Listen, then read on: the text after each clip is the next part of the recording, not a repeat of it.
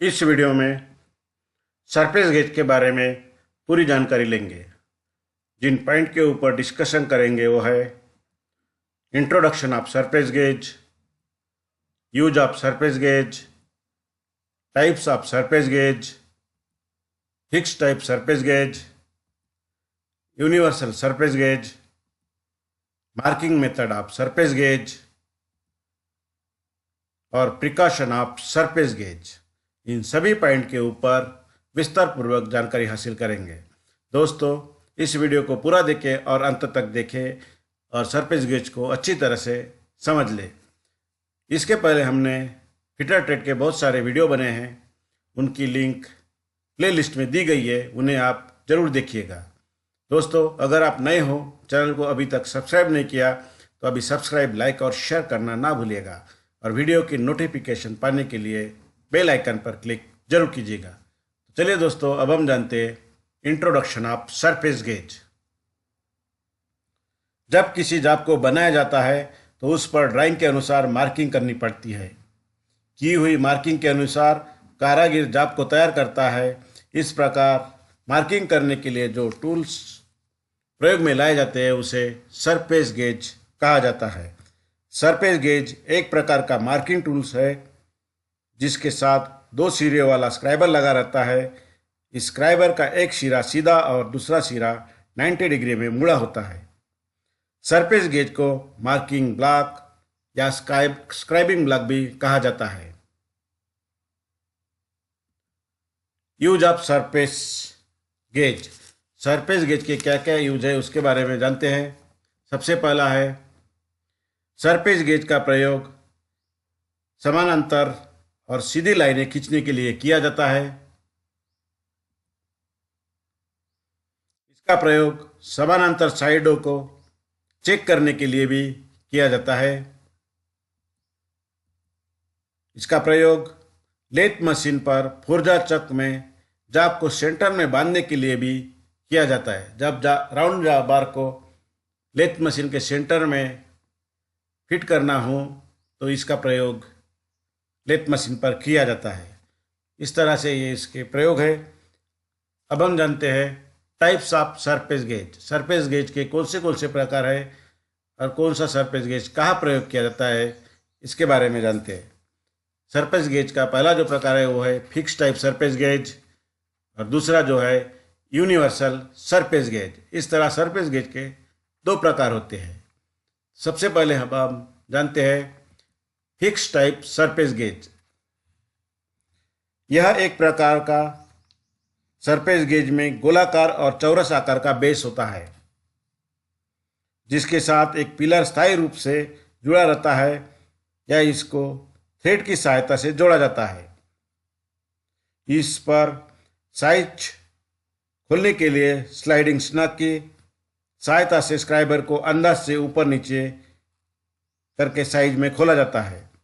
इसके द्वारा शुद्धता में माप खोलने के लिए कठिनाई होती है, इसीलिए इसका प्रयोग वर्कशॉप में बहुत कम किया जाता है क्योंकि इसमें कठिनाई होती है और समय ज़्यादा लगता है, इसलिए इसका प्रयोग बहुत कम किया जाता है। दूसरा है यूनिवर्सल सरफेस गेज। इस प्रकार के सरफेस गेज में पिलर सरफेस के बेस के साथ प्रत्यक्ष रूप से जुड़ा नहीं रहता बल्कि एक रॉकर आर्म के साथ जुड़ा रहता है जिसका संबंध बेस से होता है। इस प्रकार के सरफेस गेज को आसानी से एडजस्ट किया जाता है और इसमें फाइन एडजस्टिंग स्क्रू का प्रबंध होने के कारण इसको 1 मिलीमीटर या आधे मिलीमीटर तक के छोटे छोटे मापों में सेट किया जा सकता है। इस सरफेस गेज से फिक्स सरफेस गेज की अपेक्षा अधिक शुद्धता में मार्किंग की जा सकती है, इसीलिए ऐसे सरफेस गेज का प्रयोग वर्कशॉप में अधिकतर किया जाता है। इस सरफेस गेज के मुख्य जो भाग है उसके बारे में अब हम जानते हैं। सबसे पहला है बेस। सरफेस गेज का सबसे नीचे वाला जो भाग होता है जिसके ऊपर रॉकर आर्म और गाइड पिन फिट रहती है उसे बेस कहते हैं और यह प्राय हमेशा कास्ट आयरन से बनाया जाता है। दूसरा है पिलर। यह हमेशा माइल्ड स्टील का बना होता है और इसके ऊपर केस हार्डन किया जाता है। यह रॉकर आर्म के साथ जुड़ा रहता है। पिलर को ही स्पिंडल कहा जाता है। स्क्राइबर। यह हमेशा हाई कार्बन स्टील का बना होता है और इसके पॉइंट को हार्ड और टेम्पर किया जाता है, क्योंकि ये बार बार सरफेस के ऊपर कांटेक्ट होता है, इसलिए इसको हार्ड बनते हैं। पॉइंट खराब ना हो इसलिए हार्ड और टेम्पर किया जाता है। इसका प्रयोग लाइन खींचने के लिए भी किया जाता है। Scriber snug. यह पिलर के ऊपर और नीचे स्लाइड कर सकता है। इसका प्रयोग स्क्राइबर को निश्चित ऊंचाई तक सेट करने के लिए किया जाता है। इसको लूज करने के बाद स्क्राइबर को आसानी से ऊपर नीचे कर सकते हैं। Rocker arm. यह प्राय बेस पर बने हुए खांचों में स्क्रू और स्प्रिंग की सहायता से जुड़ा रहता है। Fine adjusting screw. यह प्राय रॉकर आर्म के साथ जुड़ा रहता है और जिसका प्रयोग फाइन एडजस्टमेंट करने के लिए इसका प्रयोग किया जाता है। जब अति सूक्ष्म मेजरमेंट से मार्किंग करना हो, जैसे आधा मिलीमीटर या 1/64 इंचेस में, तब फाइन एडजस्टिंग स्क्रू का प्रयोग किया जाता है। Pillar lock nut. यह प्राय रॉकर आर्म के साथ लगा रहता है, जिसका प्रयोग पिलर को क्लैंप करने के लिए किया जाता है। इसकी सहायता से पिलर को किसी भी कोण में कसा जा सकता है। Guide pin. यह स्टील की बनी पिन होते हैं जो कि बेस के साथ जुड़ी रहती है। इसको ऊपर नीचे एडजस्ट किया जा सकता है। जब सर्कस प्लेट के किनारे से या मशीन के बेड के किनारे से समांतर रेखाएं खींचनी हो, तब गाइड पिन का प्रयोग किया जाता है। We groove.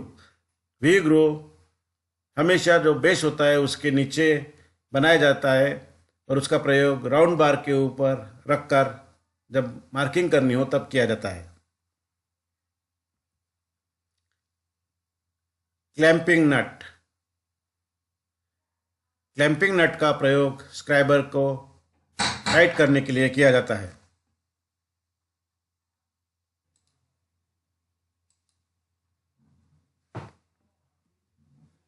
Marking method of surface gauge.